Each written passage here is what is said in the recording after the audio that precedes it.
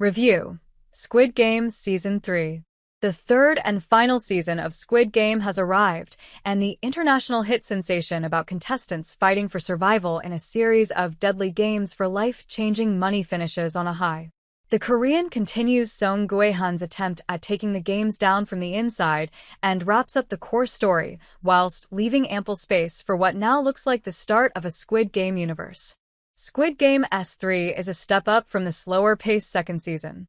We spend more time on the island where players are trapped and competing in the deadly games, and the brutality ramps up in a series that has never shied away from darkness. While Squid Game S3 doesn't have the freshness of that first season, it is a step up from the plodding second season.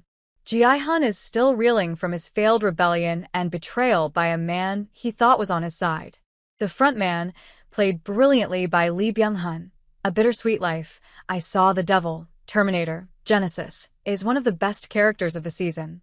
Looking after the games whilst his brother frantically searches for him, he displays moments of heart that go against his role as the face, or mask, of the brutal games. He is one of the characters that shows true development, and it has been interesting to watch his progression throughout the series. There are emotional moments as characters show some compassion within the games, but do not always get the reward they deserve as the deadly nature of the games take over and the greed and corruption in such an environment threaten to take over. Squid Game has always been about what can happen when people truly have their backs against the wall, contestants and guards alike, and it is the choices that are made while survival is almost within the grasp of some that make Squid Game S3 stand out. The kills are as brutal as they ever have been, and there is a sense of loss in this season that permeates as we follow Ji-hyun at his lowest. He could have left for America to be with his daughter, but instead, he starts the season chained up in a room and struggling to find a will to fight anymore. Of course, he is given a reason to live, and his fight is compelling as he faces incredible odds once more as he tries to save as many people as he can. There are other story arcs within Squid Game S3, but none really have the depth of Ji-hyun's.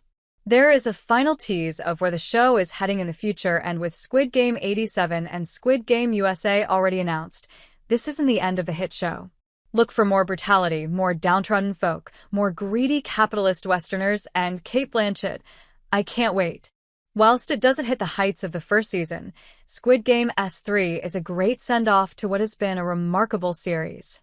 The South Korean show stands alongside stories such as Battle Royale and Hunger Games and adds its own spin to make it stand out against such efforts.